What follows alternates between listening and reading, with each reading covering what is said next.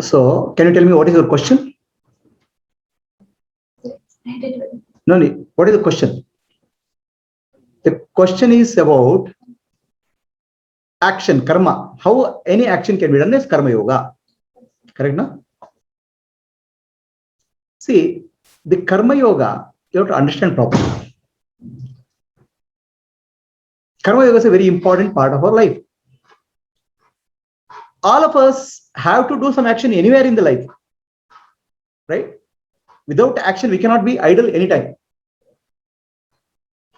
I have to take care of my children, I have to take care of my family, I have to take care of my job. Everywhere there's an action required. Inaction is not acceptable. If I don't take care of my job, I'll be thrown out of office. So every action, how I can convert into karma yoga. That Sri Krishna says in Bhagavad Gita very beautifully. The shloka is Bhagavad Gita 2.47. Karmanye vadikaraste ma phaleshu kadachana. Ma karma phala heturbu mate sango astu akarmani. This is the shloka, Bhagavad Gita 2.47. Karmanye vadikaraste. That means you have the ability to do any action. So action is under control. But results are not under control. Right? For example, a student can study well for an exam. The studying well is under his control. But is result under his control?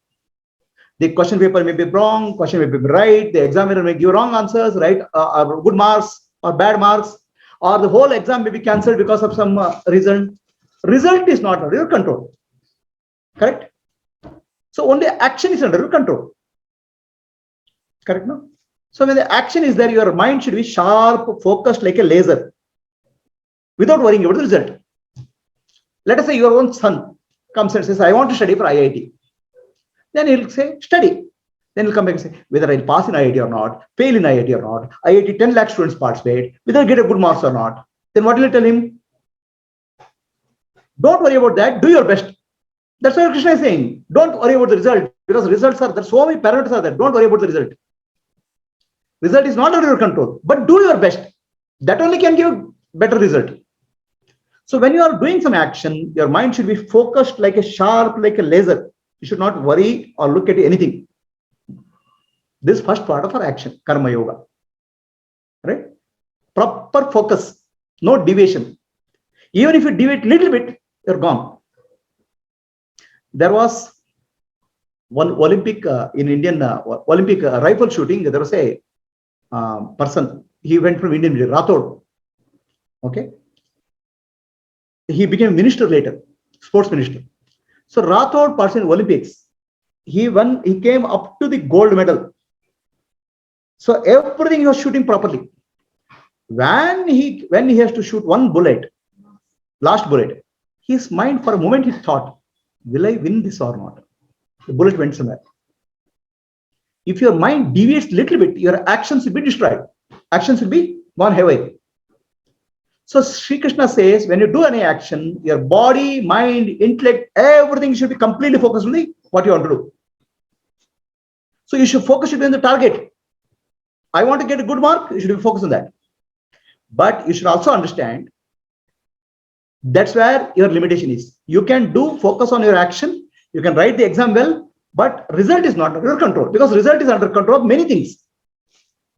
So if you are focusing and studying, if you keep on thinking of the result, your study will not be okay. So do your job very well. That's called karma yoga. Is that one principle clear? So then Krishna says, Bhagavad Gita, Ma karma phala hetur bhu. Never think that you can make the result favor, we can control the results. What you can control? Only the actions, not the results. Results are dependent on much larger entity called the world. For example, a student, right? When he writes the exam, he can do his best. But the exam in paper, maybe something may happen. The examiner may not be sleeping and he may do something. That is not under your control. Now, why are you worried about things which are not under your control? Ma karma phala heturbu. These results are not under your control. Accept that. Even if you worry about that, you can't control them. You can worry and destroy your mind. You can worry and cry and destroy your mind. You cannot control them. It's not it's uncontrollable. But what is controllable? Do it. What is under your control? Do it well. So then he says, Ma mate sango astu akarmani. Okay. Inaction is not, oh, results are not under my control. I don't do anything. Inaction is not a solution for you. Never get attached to inaction. Be action oriented. So these are three main teachings of Bhagavad Gita 2.47. Let us understand this. Is inaction option for you in any point of time in life? No, results are not under control. I don't know about results. What will happen in the results, I don't know. I will not act. Is that option for you? Tell me. If you take that attitude in life, okay. So let's take an example. I don't know. I will do my well, but promotion I will get or not. Okay, it will come to somebody. Promotion will go to somebody. They have favoritism. I won't work. It will not work. Inaction is not an option for anybody. Correct? So if you don't work, then you'll be thrown out of the job. If you don't work for your family will be destroyed. So inaction is not a solution for anybody. Okay, what is under your control? Focus on that action. Do it well. Now, by doing any action well, what will happen? The chances of getting good result are higher. If a student studies well, the chances of getting rank are higher. But rank is not guaranteed. This you have to understand. And while studying, you should completely focus on the action, not on the result. If you focus on the result, the result means he should know, I want to get 100% marks to get that. But what will happen if I get result or not? What will happen exam paper is bad? That you should not worry. You should know exactly 100% mark. I want to get. Focus on that. Then you will do your job well. It's like Dronacharya took Arjuna and Duryodhana to teach archery. He told Arjuna and Duryodhana, shoot at the bird's eye on the tree. Everybody is ready. Both Duryodhana is ready with the arrow and Arjuna is ready with the arrow. Dronacharya asks Duryodhana, what are you going to see? What are you seeing? He's saying, I'm seeing the tree, I'm seeing a hill, I'm seeing a bird also. Then he asks Arjuna, what are you seeing? I'm seeing only eye of the bird, nothing else I am able to see. Release the arrow. Duryodhana's arrow goes somewhere, Arjuna's arrow goes and hits the bird's eye. Because his focus is very sharp, his action is in tune with that. Now, if your mind is defocused, your arrow will go somewhere. Don't allow your mind to defocus. What will happen to examination result? What will happen to corona? What will happen to all those things? You don't worry. Do your job well. That is the principle, first principle of Bhagavad Gita. Clear? Then, never have an illusion that you can control the result. You can control the action. Correct? And never give up action. Be action oriented, inaction oriented. So now let's come to third. If you are focused on action, not with understanding very well, results are not under control, then you will try to do everything well. No, because if you do well, the chance of getting good results are better. Not guaranteed, but results are better. So this is required for success in life. Anything you do in this attitude will only give you success. Yesterday I was listening to the talk with the Indian captain Dhoni. He was exactly saying the same thing about Bhagavad Gita. When I go to cricket match, I will not worry, okay, whether results are good or bad. I'll try to do my best. He didn't quote Bhagavad Gita, but yes, whatever he was telling was exactly same as Bhagavad Gita. So every successful in the world person in the world will follow this attitude. It is the formula for success in life. Right? Take an example of a doctor, a surgeon. He goes to the hospital. Right? So there are patients, hundreds of patients will come. Now doctor will say, oh, if I do surgery, this patient will survive or not. Okay. There's no guarantee because survival of the patient depends on so many factors. So, no. If I do surgery, 100% success is guaranteed. Is it possible? Practical? Some patients will die, some patients will survive, some patients will become all right. What is under the control of doctor? He should do his job properly. Is Krishna is not very practical? This is the formula for success in life. Are we clear? So now, Karma Yoga is first thing is learning yoga karmashu kaushalam. Whatever action you do it well. That is called Karma Yoga. Now, there are certain benefits will come to you when you do action well. Your mind will become sharp and focused. Look at the way the mind of any person works. It is cluttered, confused. But look at the mind of a brilliant student. He will know exactly his point. His mind will be very sharp and focused because he has trained his mind to work on a focused subject. Compared to the person compared to other person, his mind will go here, there. The student mind is under control. The brilliant student mind is controlled. It has to work like this. Exactly.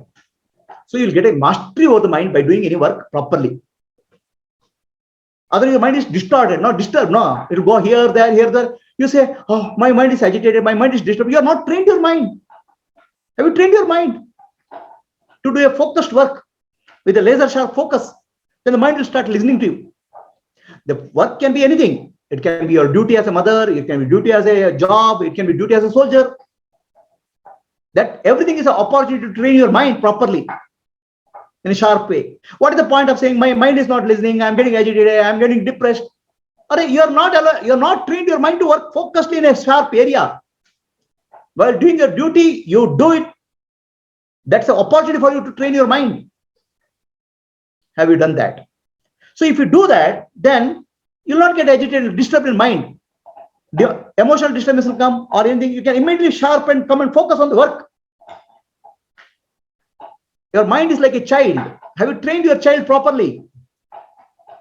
So any opportunity in your life is to train the mind. The opportunity duty. Okay, it can be due to your child, it can be due to your husband, it can be due to cooking, it can be due to your office job. Every opportunity, if you do well, focused on action, not on the result, not controlling the result. Do it action well. When you cook in such a way that everybody enjoys the food, including you enjoy the cooking. So then what will happen? Your mind will be trained. Right? The training of the mind is required for any work in the world. And when you do, anybody works in the world, they do it only for one purpose. No, I have to earn my money, I have to take care of my family, I have to take care of salary, all those things is there.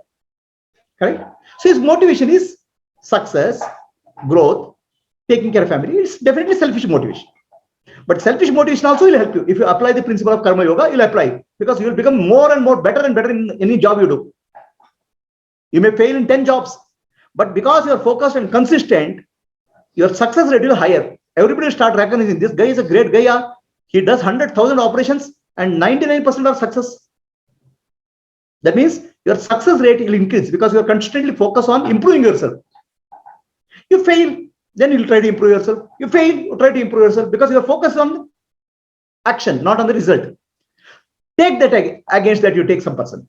So he is continuously focused on result. He fails. Oh, I failed. Examiners are bad. The world is bad. He'll give up. A karma yogi person first focus on karma, he'll never give up. Okay. Today I did 10% success. Doesn't matter what will improve. Next 11% success. Now 20% success. His success becomes better and better because he constantly learns. And his learning is not about controlling result. Learning is to focus, control his action. Yeah. He'll become better. For example, you want to go to public speaking. First time when you speak, people will laugh at you. Right? Then, oh, this guy is speaking. So you start. Oh, the person would not a karma yogi, you say, I want to run away from this teacher. I don't want to speak. So he cannot learn. The another person says, no matter what people laugh, I'll try to improve myself. He'll go home, he'll practice in front of mirror, comes and speaks. People laugh at him, but then again he goes back and one day he'll become a great speaker. He'll never give up. Never give up is the message of Krishna. Never give up in life. That applies to you. So many things will happen. Success and failure will come as part of life. Never give up. That's the message of Karma Yoga, Bhakti Yoga, Bhagavad Gita. In never giving up, you may not get the good result all the time, but you will improve constantly. Your concentration will improve. Your mind will improve. Your focus will improve. But that you can apply in any part of life. If you are good in focus, okay, that attitude and understanding can apply everywhere. A surgeon who is good in surgery, very sharp and focused in surgery, he'll be successful in investment also because he'll be sharp there. He has developed a skill of focus. He may not be the big banker, but he'll know exactly focus is required.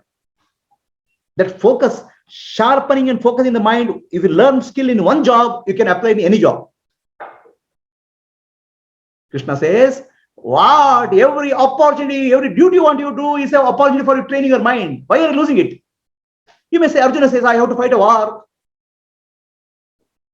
Yes, that's your duty. As a Kshatriya, you have to do that. But that itself can be an opportunity for yoga. Fighting the war, you have to fight the war for winning the war. When you fight the war, you have to fight to shoot at the enemy to kill him. Now, if your mind goes here and there, your arrow will go somewhere. Then he will kill you. Right? So, the action, our duty in our life, for any duty in our life, be it a mother, be it a housewife, be it a job, profession, is an opportunity to constantly improve ourselves, constantly sharpen our mind, sharpen your skills, sharpen your mind. It's a continuous process. Ever growing process, ever improvement, always improvement.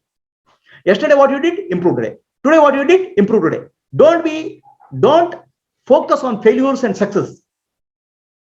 Learn, learn, learn, learn. That's the message of Krishna. Constant learning, constant improvement. Okay. So now, any job you do for our own selfish reason. Now somebody says, okay, my selfish reason, I have tried to do something. I have achieved something in life. I'm satisfied. Now I want to grow internally. I want to get a peace. Okay. No matter what I do in life, I cannot get permanent happiness. So now I want to be peace.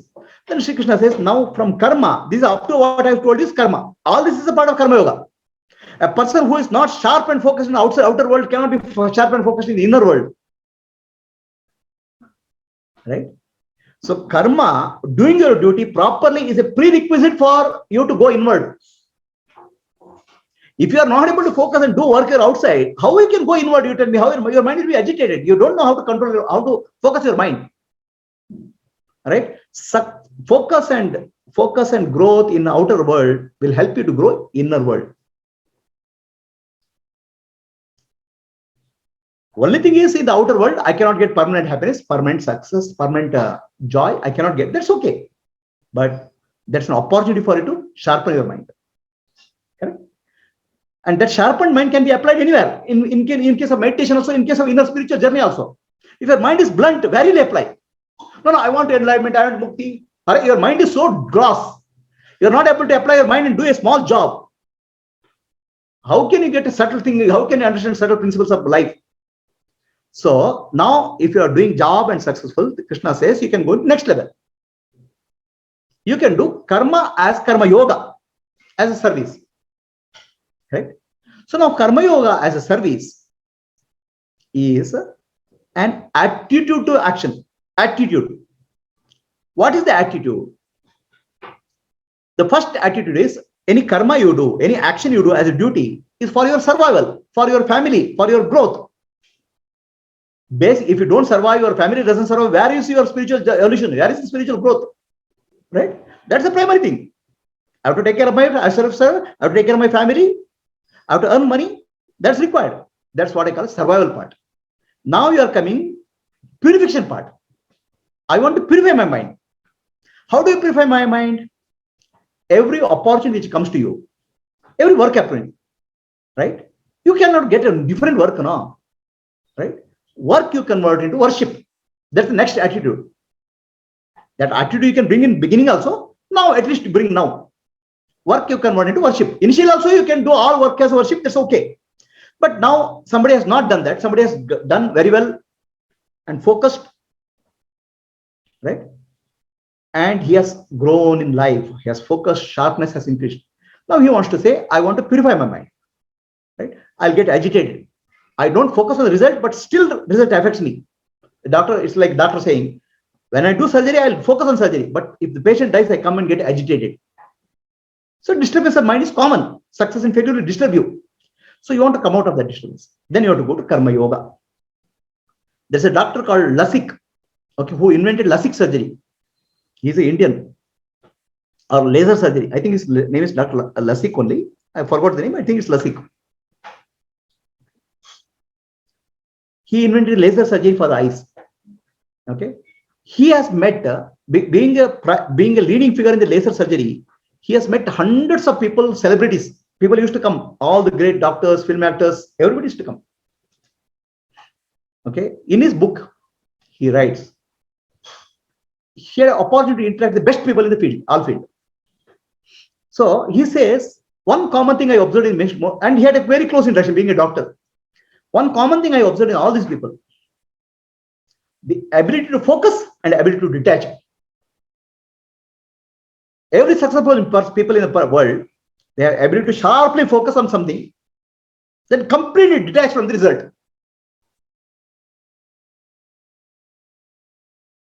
You focus on something, the success chances are high.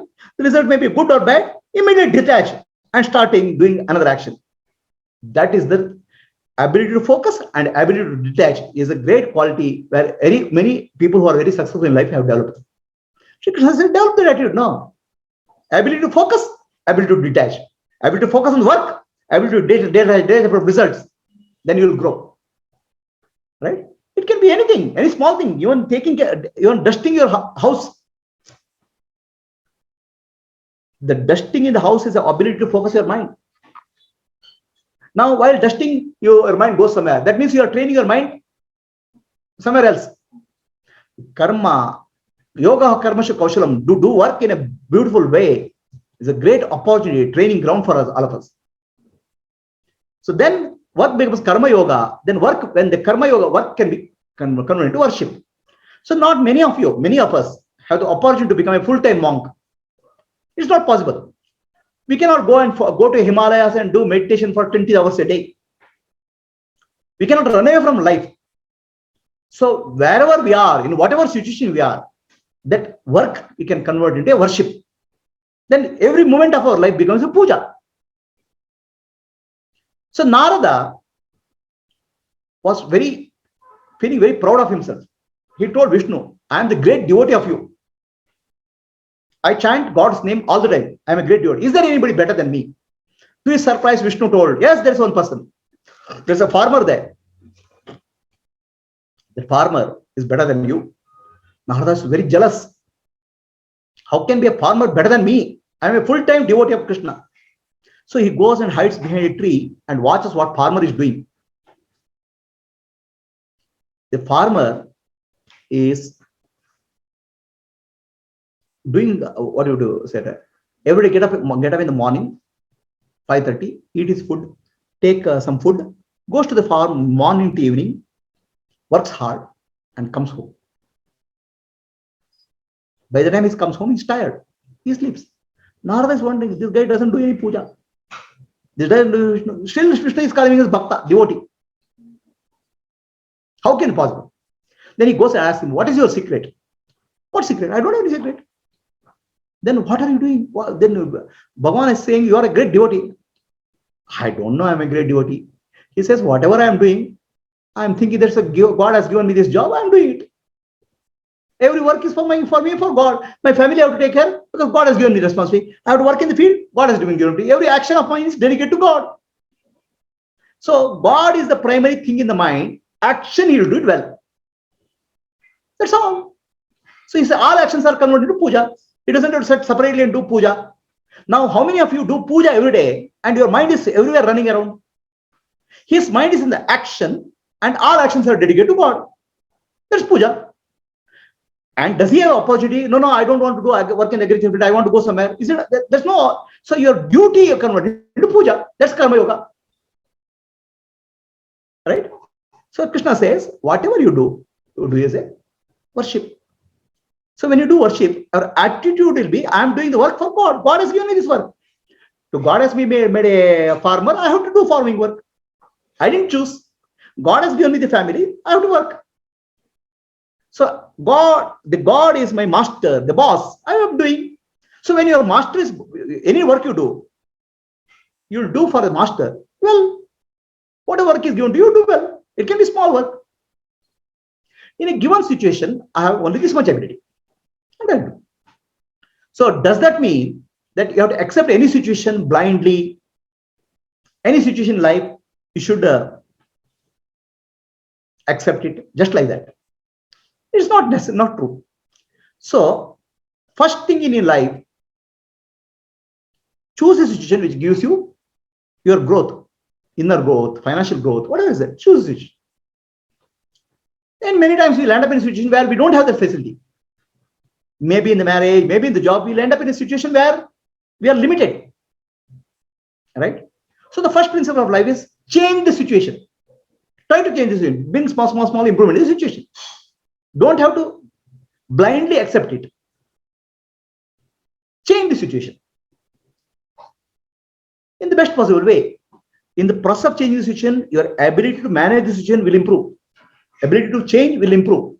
You're adding to your ability. The situation may not be changing, but you're improving yourself. Your patience, you're improving. Your mind peace, you're improving. Or you're becoming more peaceful. Let me do it my best. Correct? Have you seen a lady doing knitting? Or you do knitting? How patiently she does. One hour. I wonder at their ability. The lady's ability to do knitting job. Such a monotonous job, so patiently they do, and beautiful thing they do. Right? Now, if you ask somebody, what is there in knitting here? That knitting ability, the lady has learned the patience, focus.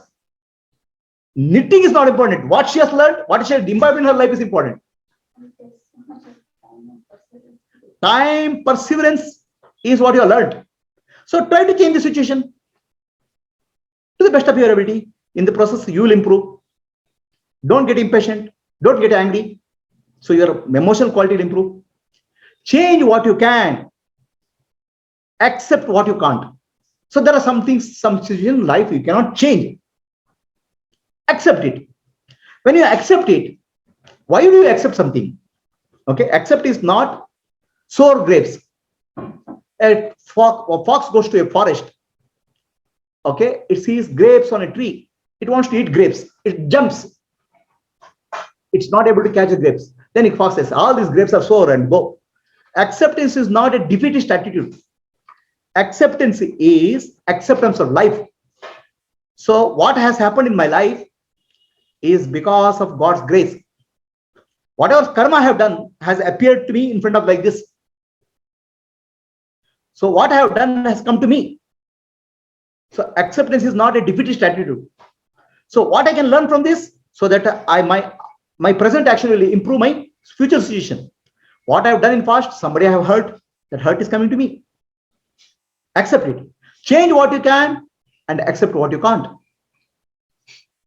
Is that a defeated attitude? It is an attitude for growth.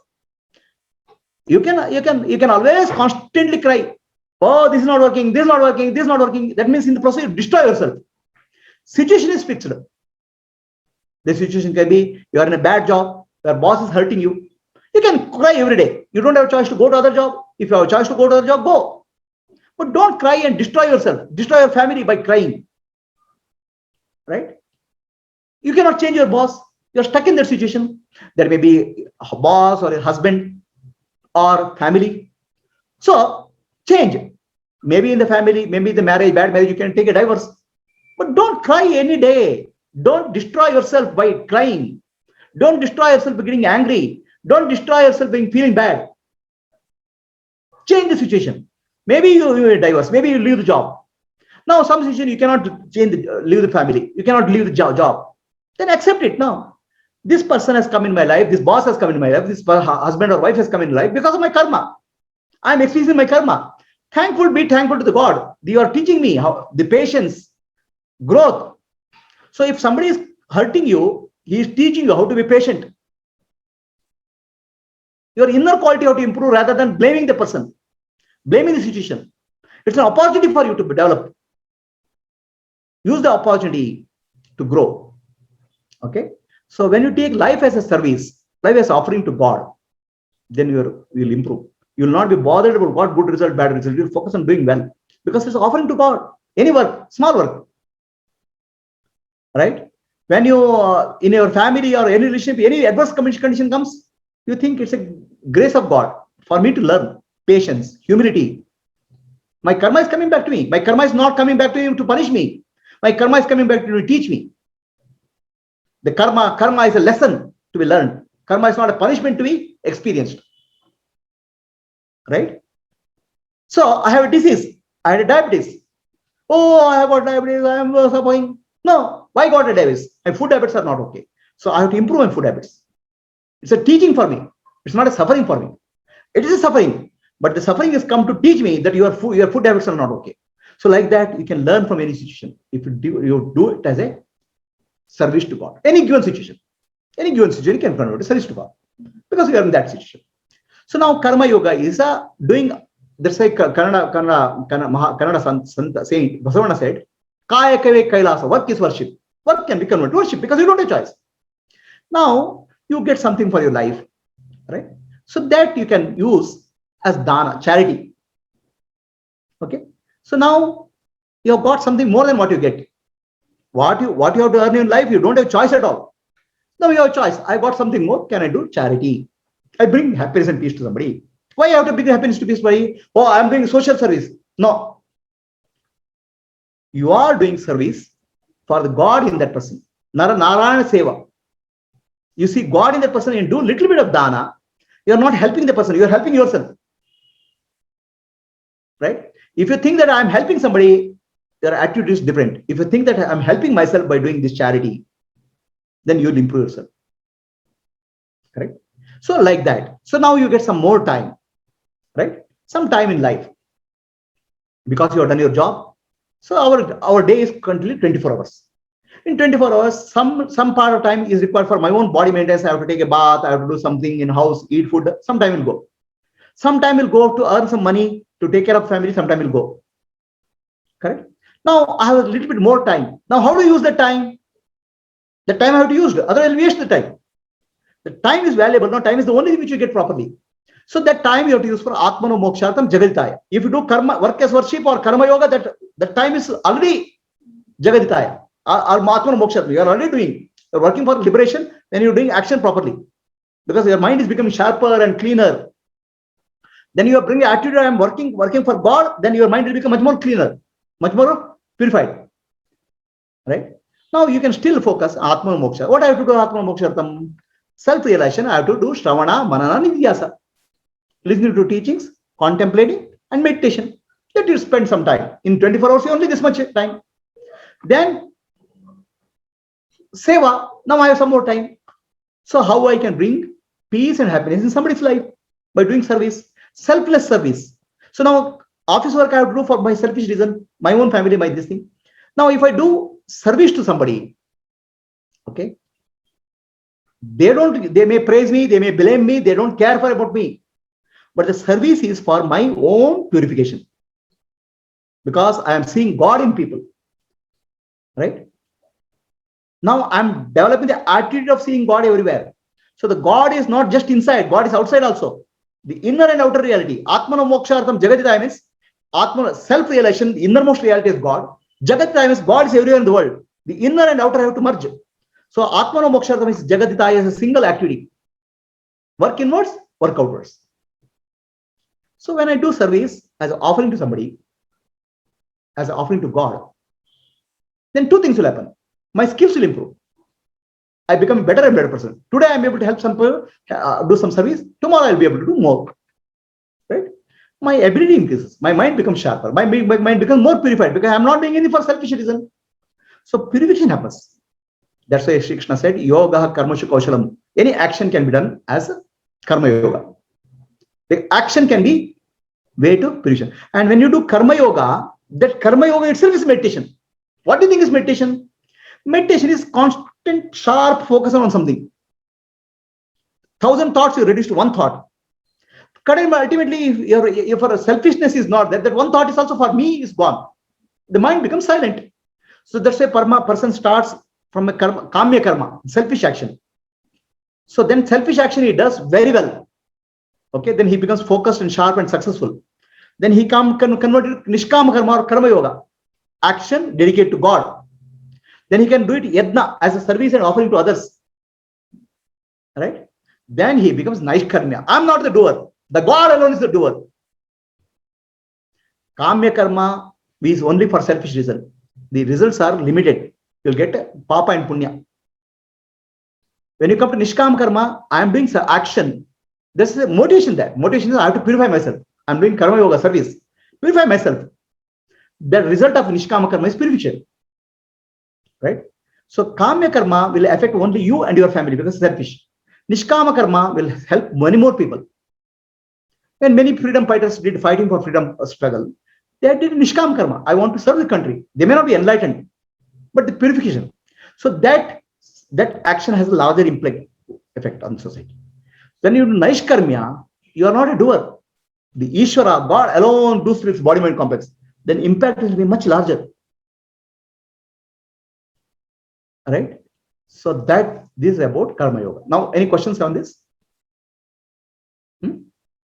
Any action, every action can be converted into karma yoga. So that's why I heard of 3 stone cutters. One person cutting, another person cutting, another.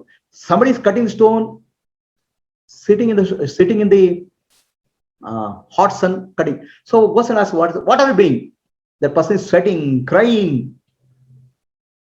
Don't you see? You don't have eyes? I'm cutting stone. I'm condemned to cut my stone. In this hot sun, I have to cut my stone. He is so tired. His attitude to life is, I'm victim of life. I'm victim of life. The second person says, ask the second question, what are you doing? I'm cutting a stone. This building is being constructed. I'm taking care of my family, my money. I'm not to earn money, no. Right? He's not a victim. He is doing something for earning family. First person is a victim. Second person is, I'm doing something, action oriented. Ask the third person. He is doing cutting stone with so much enthusiasm. All the 3 are doing same thing. What are you doing? Oh, don't you know? It's a big temple coming. So many people will come and darshan of God. I'm constructing a temple. I'm contributing to a temple. Such a great cause. His idea is noble. That gives him energy, motivation. Right? Work is same, but attitude is different. So the change in the attitude is called karma yoga. Change in the attitude purifies you, not the action itself. So can you take an attitude of higher attitude? Can you take an attitude or motivation which will inspire you and inspire others? That inspiration brings the energy, not the food you take. Understand? Our life should be inspired life for myself and others. Are you living an inspired life for yourself and others? That question you have to ask. That inspiration comes from God, divine. Right? So the inspired life is karma yoga. Karma yoga is about inspiration. Karma yoga is about focus on action. Karma yoga is training the mind. Karma yoga is purification of mind. Karma yoga is liberation called Nishkarma Siddhi. If a person does karma yoga, he'll attain Nishkarma Siddhi. It's enlightenment. I'm not the doer. But then your actions will have larger impact on society. God alone is the doer. God's action field is larger. My selfish action, my own job is only limited. From a job, you are moving into enlightened state. The work is the way to enlightenment. That's called karma yoga. So inspired action which will inspire you, inspire others. The inspiration brings the energy, not the food you eat. Are you full of bubbling with energy every moment? Do you have an inspiring goal for you? That's karma yoga. Don't focus on action.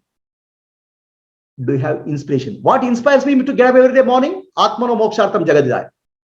Is there any higher inspiration than that? That's karma yoga. Any questions now? With that, we'll close. I'll just chant Karma Yoga Shloka again. Karmanye Vadikaraste Ma Phaleshu Kadachana Ma Karma Phala Heturbu Mate Sango Astu Akarmani. You have a right to perform your duty. You can only, you have to focus on your duties. Okay, but you cannot control the results. That doesn't mean that should not deter you. That should not cause demotivation for you. You never consider yourself controller of the result. Result is controlled by much larger thing. The God is the ordiner of the result. The totality is the ordiner of the result.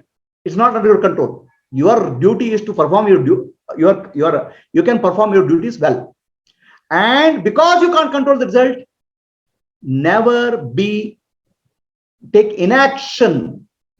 So Karma Yoga, to summarize, anything you do your job well.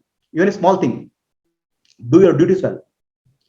Okay, do your duty as an offering to God, because ultimately God is the one who gives the result.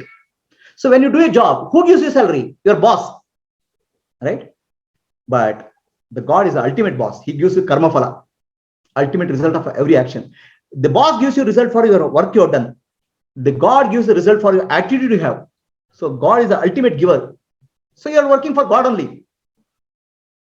Whether it's housewife or a businessman or a soldier, ultimately you are working for God. You may get salary from your boss. So God looks at your intentions. Your boss looks at your actions. Your intentions are fine, actions are fine. God looks at both. So God is the real boss. Convert every action into, every work into worship. Every single work. Then live an inspired life. The life which will inspire you. See, many times we see a movie. Okay, we see the patriotic acts. We see a woman fighting with the like Rani Channa, what is it? Wanake Obawa fighting with enemies. We get inspired. We start getting tears.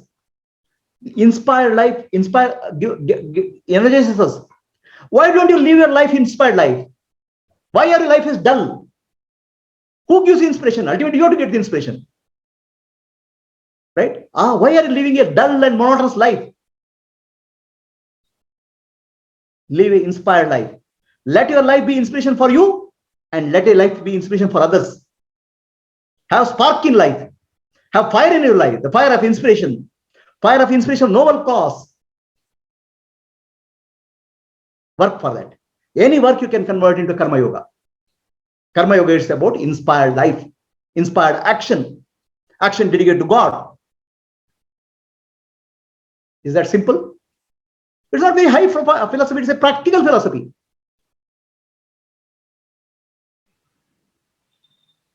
Okay. So, contemplation, Karma Yoga. Work is depending on our attitude to work.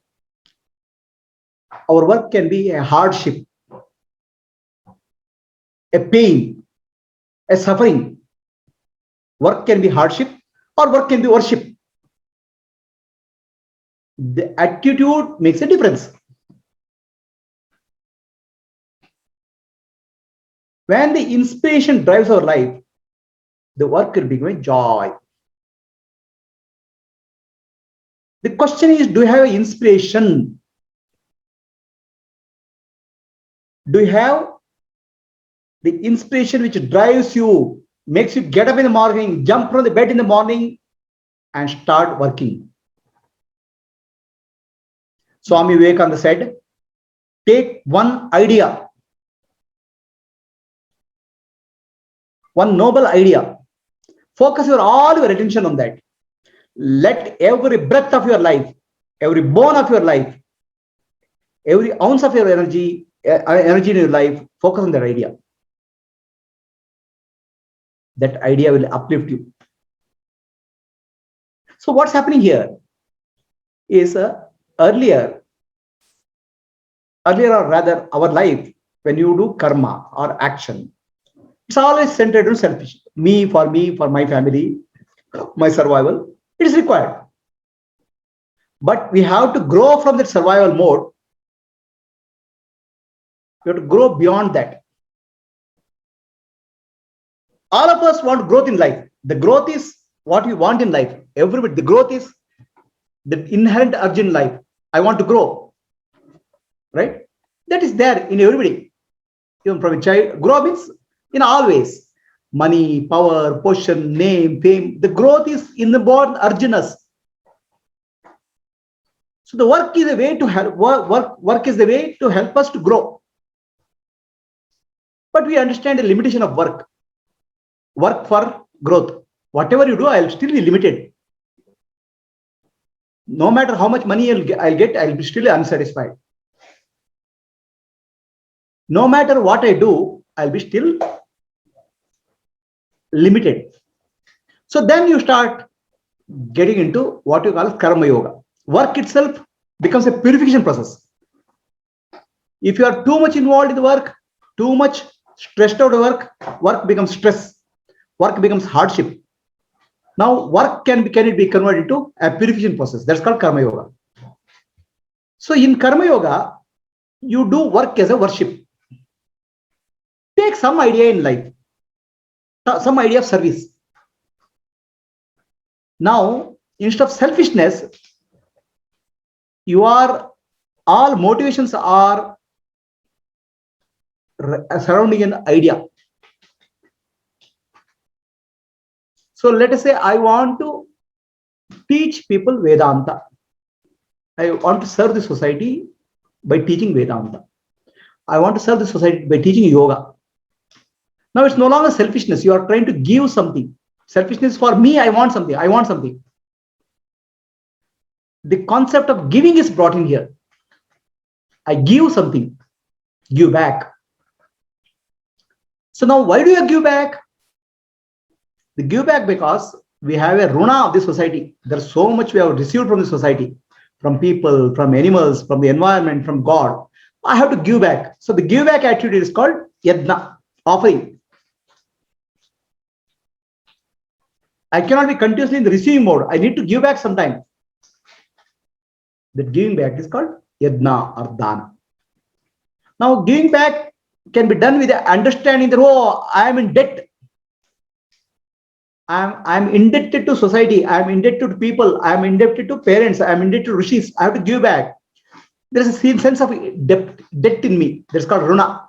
So for runa payment I can do, then it becomes dharma.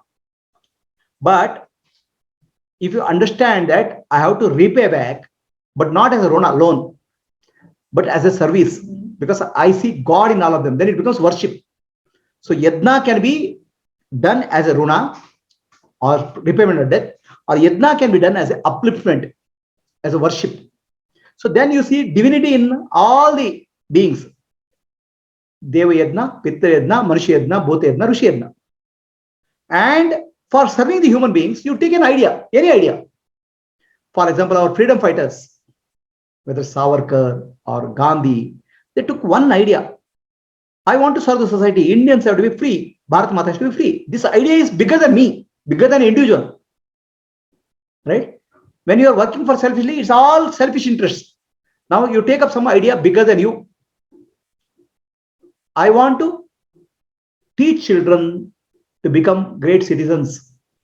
You are contributing to somebody's life. So this idea is bigger than you, bigger than individual. Then when you take up an idea bigger than you, then you grow.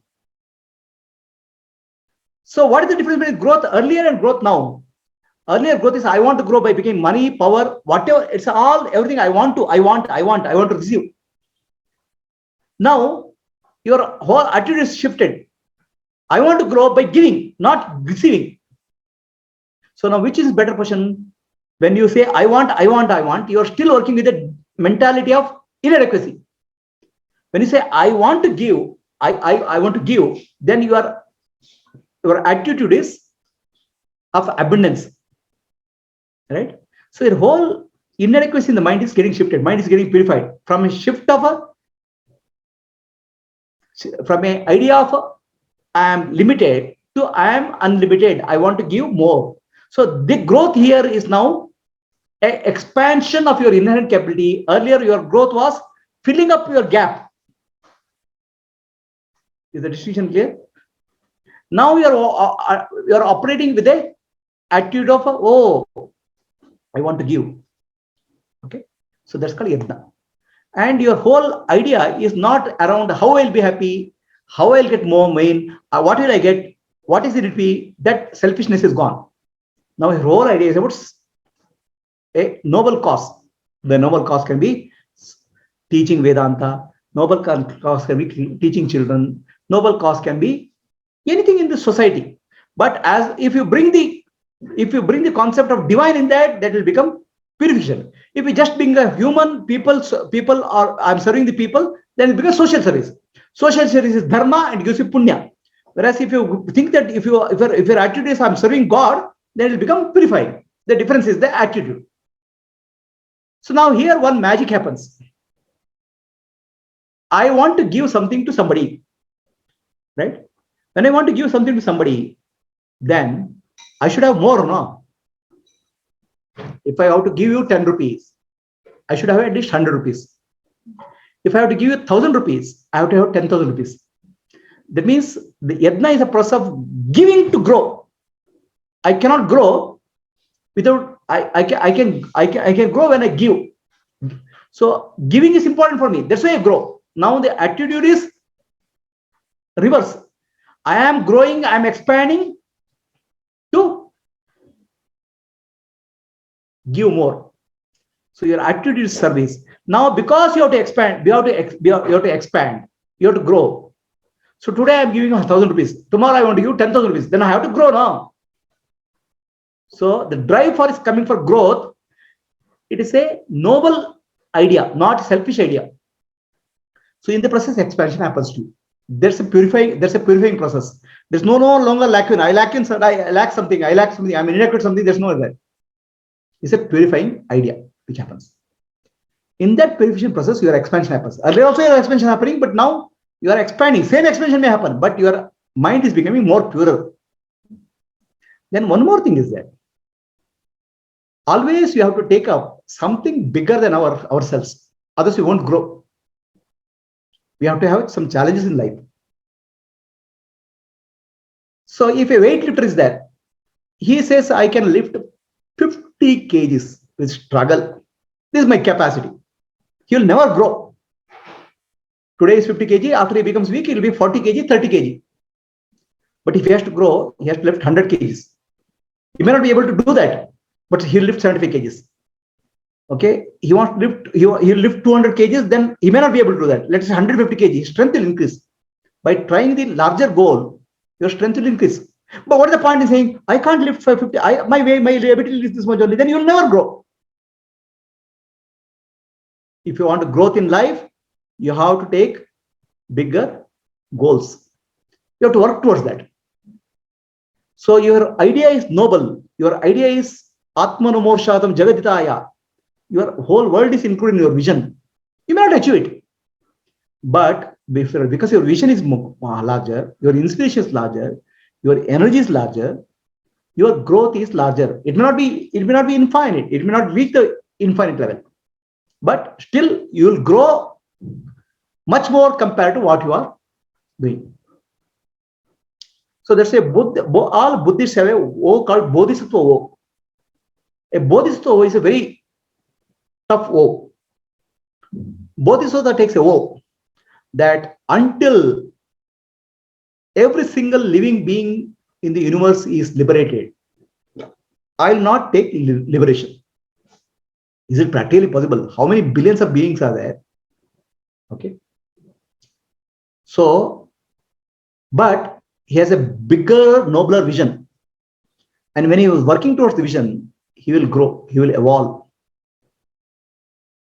It's an impossible vision, possibly, but your vision is bigger. Your heart is larger. Your energy is more. So the person both will grow into a Buddha who will help millions of people, if not billions of people. Unless your sight is high, unless your vision is big, how will you grow? So a vision is important in life to have inspiration. A person without a vision is a blind person. So you say today, I have no, my limitation is this much only. What can I do? The problem is not your limitation. Problem is your vision. Do you have vision? Nobody will give you the vision. You have to create the vision. What inspires you to create? What motivates you to create? That's the inspiration. Vision. The bigger the vision, the more inspiration is be. So it is not that vision is bigger, I will fail. Don't worry about that. The vision, bigger vision, which motivates you, inspires you. You work towards that. So energy will flow. If the weightlifting fellow puts a target, I want to win Olympics, he may not win the Olympics, but at least district level competition will win. If the vision is high, if you have a broader vision and your inspiration will be high, the vision should be inspiring you, inspiring others also. If the vision inspires you, you will be motivated. If vision inspires others, others also will join with you. So inspiration is important. Okay, inspiration should drive your life, not my limitations. Should my limitation draw my life? My inspiration should drive my life. So Swami Vivekananda has inspiration. All Indians should be awakened. That's the inspiration. That inspiration drives him. Get up in the morning. It's practically impossible. How can all Indians in India can awaken? But the bigger the vision, bigger the energy, bigger the motivation to work, the inspiration should drive. So Bodhisattva is very impossible to achieve, but still they owe to inspire themselves to work. So then they grow. That growth is one day they will become Buddha. So we should have our eyes on inspiration. Then we should know how to give. The giving is the way to grow. Okay. So now what you should give? What you want in life, you have to give. Okay. So if you want more money in life, you have to learn how to give money to others. Don't give free. Okay. So you ask for a businessman. He knows how to give money to the people. Of course, you will make them work. So there was a businessman who was standing near a very, very latest car. That latest car cost $10 million. He was enjoying taking photographs, selfie around that. Somebody comes and asks him, you have brought a $10 million worth of car? What kind of a fool you are? This $10 million can educate 20,000 children. It can feed 50,000 people. You have wasted your money. The businessman says, I got this $10 million car because I gave employment to 10,000 people. I started with nothing, but I created a business where more than 10,000 people are employed. Their families are employed. So that means if you have to grow in business, you should know how to create wealth for others also. Right? So yadna means learn to give. Give to grow. That's yadna. Understand? Selfishness is I want. Get. But give to grow. Have a bigger vision. Bigger grow. Try to give more. Then you'll grow more. So you are completely shifting your attitude from attitude of deficiency to attitude of abundance. Attitude of abundance is nothing but into the universe, God. That's yadna.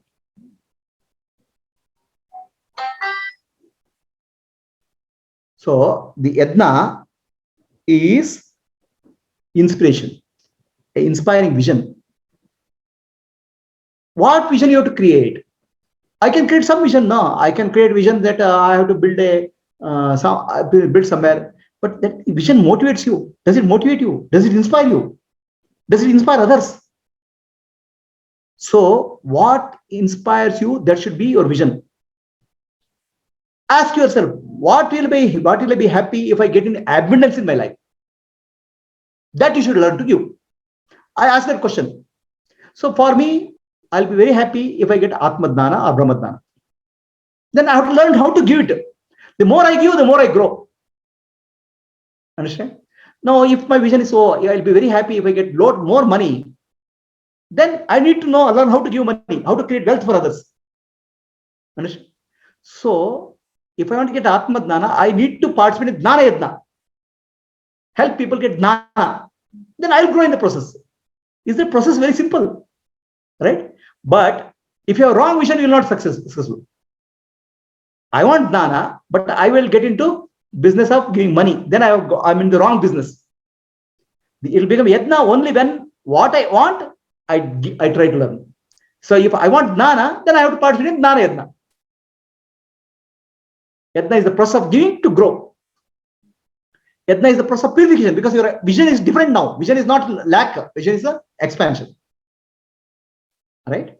So now the Gnana Yadna done with the attitude of I want to purify myself for myself. Atmano mokshartam jagadikaya. When you do that, that becomes purification. Otherwise, you do Yadna, try to run a business, make more people richer. That Yadna will be dharma. You'll grow. Dharma and moksha. It can be moksha when your attitude is I'm doing service to, I'm doing offering to God. This Gnana Yadna which you are doing, you are offering to Rishis, God. So then it becomes purification. Otherwise, it becomes dharma. Dharma means punya. So you're from punya, we are shifting to purification. Right? Is this clear? So you have to have a vision what you want in life. Focus on that. Participate in the Yadna. So for example, Gnana Yadna you want to do, you want Gnana, then participate in Gnana Yadna. Either listen or participate, contribute. The more you get involved, the more you get soaked in that. Correct? So this is the Yadna. Yadna is a way to grow. Karma becomes suffering, pain, when it's for ego. When it becomes, I'm a victim of circumstance. So when you take the karma as a service, you are not a victim. You are on higher position. When you do it as a growth process, then it becomes dharma. When you do it as a process of purification, it becomes enables you for moksha. Right? This distinction you want to understand. So now when you do Yadna, when you take any idea, noble idea, and start working on that, okay, obstacles will come. There will be so many challenges in life. Every day some obstacle will come. The nature is keep producing obstacles. Correct? So if your inspiration is right, if your motivation is, if your inspiration is, energy level is high, any obstacle will break through. Did our freedom fighters stop at any point of time? There are Britishers, there are armies, there was no food, there was no material. They didn't stop. Their idea was big, freedom fight. A noble idea will give you energy which will help you to break anything. Means any obstacles you'll cross. The noble idea, inspiring idea, motivation is required in your life. And who has to get that? You have to create that. It's a conscious creation, not unconscious living. So then what will happen? Any challenge you will not stop. You'll try to find a way to overcome, because your idea is, this is the idea. Right? So in that process, your strength will grow. You may be able to succeed. You may be able to overcome challenge or not. We don't know.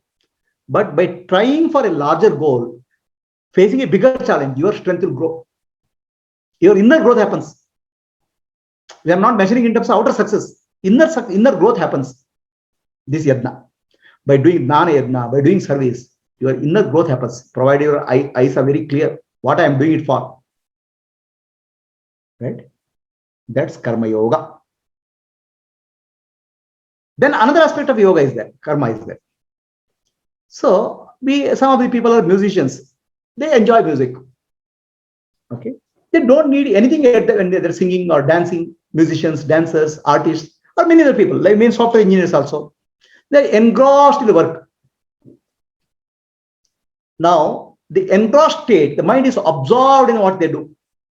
When the musician is singing, there's no music is not different from musician. It becomes one with the music.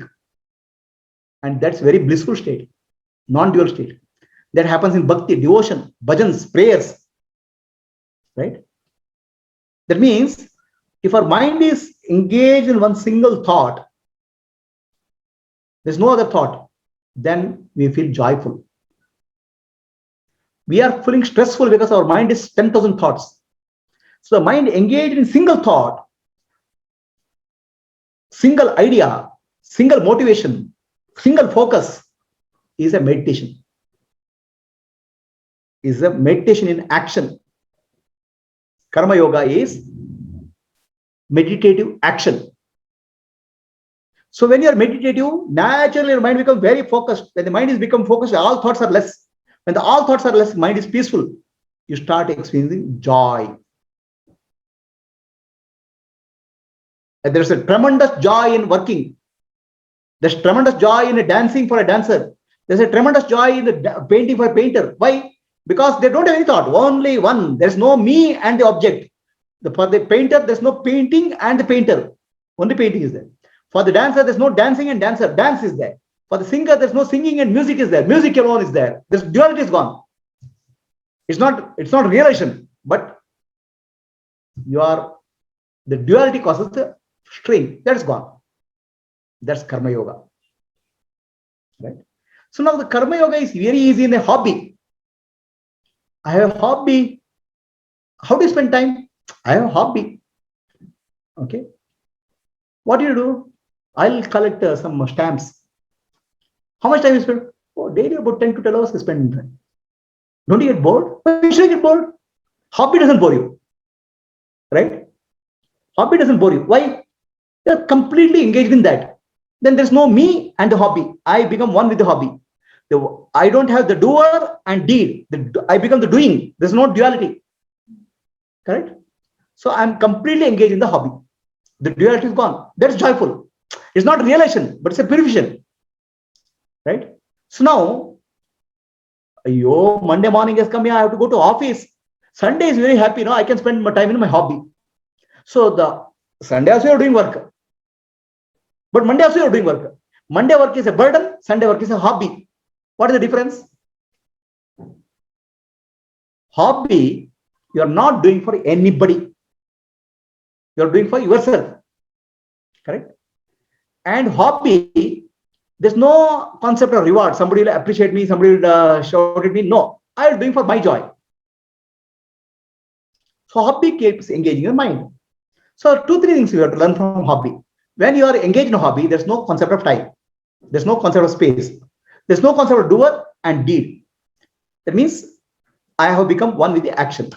That's karma yoga. Okay. Now, when you go to office and you do some work, there's a deed. This has to be done. For whom I am doing, for the boss I am doing. Okay. So now mind is split now. Boss is there, deed is there, result is there. And what happens if the result doesn't come? I'll fail. And if I fail, I don't get a promotion. So the reward concept comes. Correct? So your work becomes a hardship. Whereas your hobby becomes your joy. Your puja becomes worship. Why work becomes hardship? Because the work, there's a concept of result, there's a concept of a goal, there's a concept of promotion, there's a concept of a boss. Correct? Now the key question is, can you convert your hardship in the work into worship? So there's only one thing in life. Either you find what you love and work on that, or love what you work. There's only 2 choices. So you say, I am in a software industry. I don't like software. I want literature. So your mind is completely towards literature, but you're working in a software industry. So you don't love what you're doing, but you love something which you can't do. So better to shift that. You may get lesser salary, but do that. Enjoy that. Then you'll become, then there's no split in the mind. So now I can't do that. I can't go to literature because my only skill is software. Then I start enjoying what you do. That's karma yoga. How to enjoy what you do? Remove the concept of boss. Oh, I'm working for the boss, you remove. Only boss I have is God. Why? Because ultimately God is the one who gives me karma phala, good or bad. This boss may gain me salary, but karma phala is given by boss, ultimate boss. For this boss also, karma phala is given by boss, God. So God is my boss. Then concept of God, boss is gone. Concept of result is there. Success and failure. It causes a lot of stress. Okay. So don't make life as a success and failure. Make life as a challenge. So there are challenges in life. If I overcome the challenge, my strength will grow. My inner strength will grow. So if you say the work is there's a challenge, there's a problem, there's an end result, then your focus is outwards. So now then you say this is a challenge for me. By facing this challenge, I'll grow internally. Then the focus is not outside, focus is inside, my inward growth. You solve puzzles, right? Children solve puzzles, right? Crossword puzzles. Why? By solving crossword puzzles, my mental ability grows. So the work, make it as an opportunity to grow. The bigger the challenge, bigger I grow internally. So grow internally is in terms of financials, in terms of mental patience and focus, clarity. So if you shift that attention to your inner growth rather than the rewards which are linked to that, then you will work better. So that's the meaning of karmanye vadikaraste. Do your job better. Not doing a job is not a choice. All of us have a duty. Either you love duty or find duty which you will love. Either love the duty what you are doing or find a duty which you love. Most of the people it's not possible. I have to do what I have to do. Then you say, God has given me this. Why? God has given me because of my karma phala. This is the opportunity which has been given. This is opportunity for me to grow, mature. How can I do? And any problem which is coming in the boss or end result or job, success or failure is only there for me to grow. Okay, if there's a failure, it's an opportunity for me to understand inner peace, inner balance. If there's success, it's an opportunity to find it balanced in life. If I get more time, it's an opportunity for me to do yajna. So like that, everything you start looking at from your inner growth, not from outer result. So tomorrow you're thrown out of the job.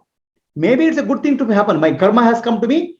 It has changed my job, which is not suitable. Let me find a job which I love.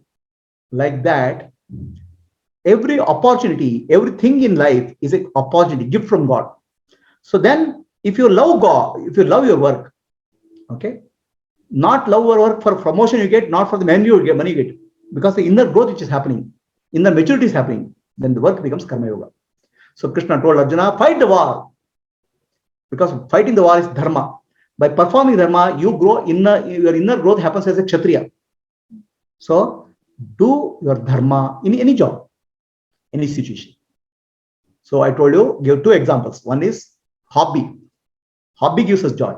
So now can the work become a hobby? The work can be converted into hobby. When you remove the concept, I'm doing it for somebody, I'm doing it for myself. Understand? So then the work becomes hobby. There are other people, there's a boss, there's a result, everything is there. But do it for yourself, for your inner growth, for inner maturity. Then work becomes hobby. Then it becomes joyful.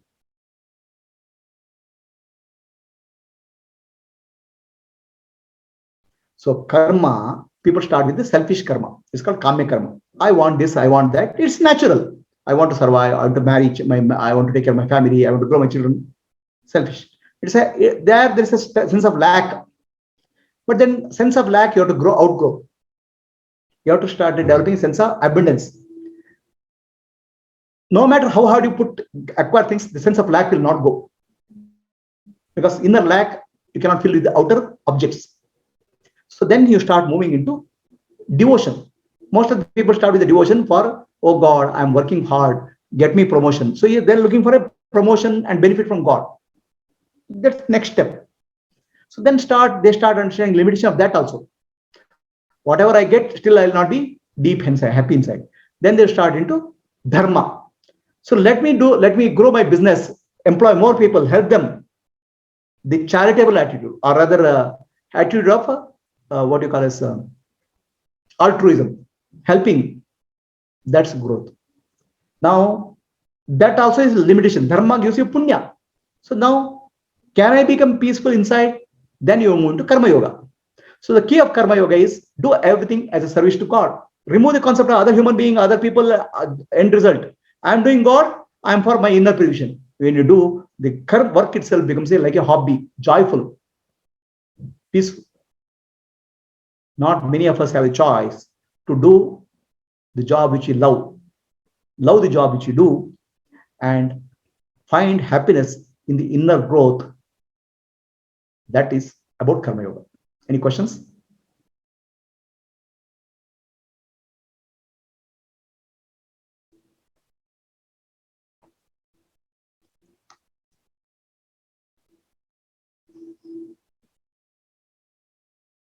So the question asked is, I am a student. I am a student, and should I study for God? Is this karma yoga? Now, when you do study, when you do a job, for whom you are doing? All this for myself only, no? So for yourself only you are doing. Why do you study? To get a job. Why do you want to get a job? I want to get married. I want to be happy. So all these things we are doing for our own self. Correct? That means any work you do, including study, you are doing for your own self. Okay. Now, for any action, karmanye vadikaraste mafalishu kadajana. You have only choice of doing thing. You have the ability to do something, and that is only a thing which are under your control. Result is not under your control. Who gives the result? Your examiner gives the marks. Question paper will be wrong. Anything can happen. The result comes from the outer world. But ultimately, the results come the totality, God. So the given result is given by God according to your karma. So if you have done good karma, punya will come and give you good result. If you have done bad karma, papa will come and cause you suffering. So then who are you working for? You are working for yourself, and the result is given by God. So who is the boss? The God. And why are you working? To improve yourself. In between you and God, there's an examiner, but there he is only instrument. Ultimately, God is the boss, and I am working for God. Why I'm working for God? To improve myself, to gain something in my life. I'm working. The result will come from God only. Nobody else will give the result. They are all the people, your boss, your examiner, all they are nothing but postmen. They are past they'll give the karma phala to you. Then what is the choice for you? The choice for you is do good karma, so that in future good result will come to you. And good result will come from you, God only. So work for God, work for yourself. So for myself, what is that I have to work? Myself, I have to constantly improve myself. I have to purify. I have to become peaceful. I have to have more skills. I should be able to do service. Attitude of service. Jagaditaya. Atmano mokshartam, for my own self. And for my own self, I have to survive also. I have to get salary, money, power required. So with that attitude, you have to work. Then you will not look for, oh, you get a good mark or you get a bad mark. You will not blame the examiner. You say, what I have learned, how can I improve my ability? The focus is on my inner improvement, working for God and service. Any questions?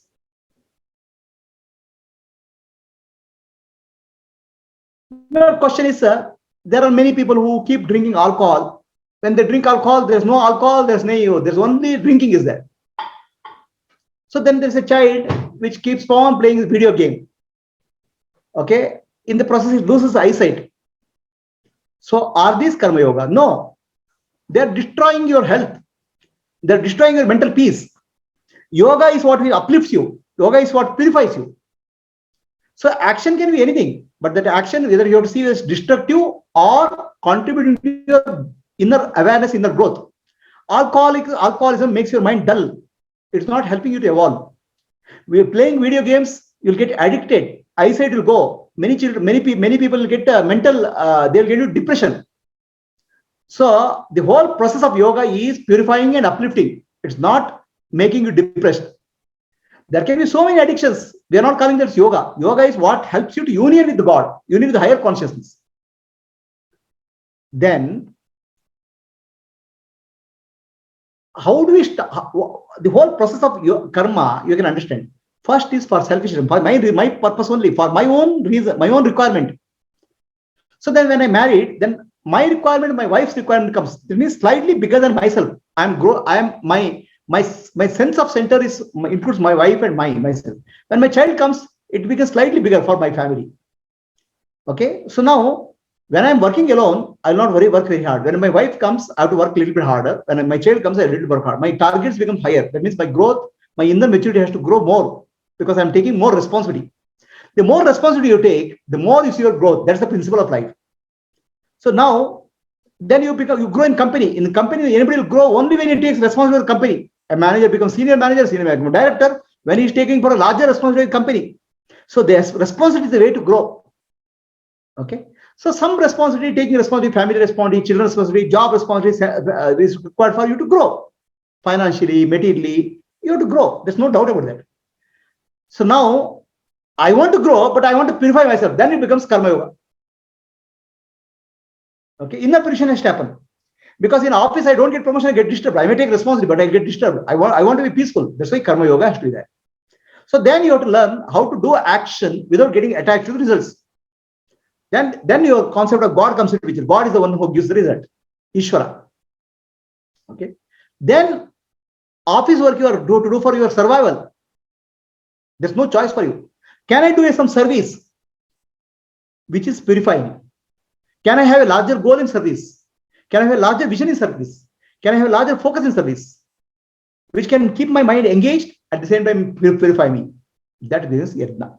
So kamya karma is selfish action. Then you grow into nishkama karma or purification action. Nishkama karma is two types. One is what you call altruism or charity, which is dharma, which will give punya. Nishkama karma is for purification purpose, which will help you to purify your mind and give rise to moksha. So for nishkama karma, you have to take a goal, a motive or inspiration, which will inspire you, which will bring out your energy. Then comes naishkarmya. Then you become non-doer, completely free from the doership. So then the action will flow, spontaneous actions. That's the enlightened one. So whether Buddha or Shankaracharya, they started teaching. This teaching is not individual. The universe is operating through them. The God operates through the embodiment complex. Ishvara operates through the embodiment complex. That's naishkarmya. There's no doer. So from kamya karma to nishkama karma to naishkarmya. That's the evolution. Naishkarmya is nothing but enlightenment only. Now, enlightenment, you have the concept of the enlightenment person is a person. Enlightenment is not a person. Enlightenment is an action. There's enlightened actions where there's no doership. There's a spontaneous action which is for loka kalyana. That's called enlightened action. So kamya karma, selfish action, nishkama karma, purification action, and then we comes to naishkarmya, enlightened action. That is life.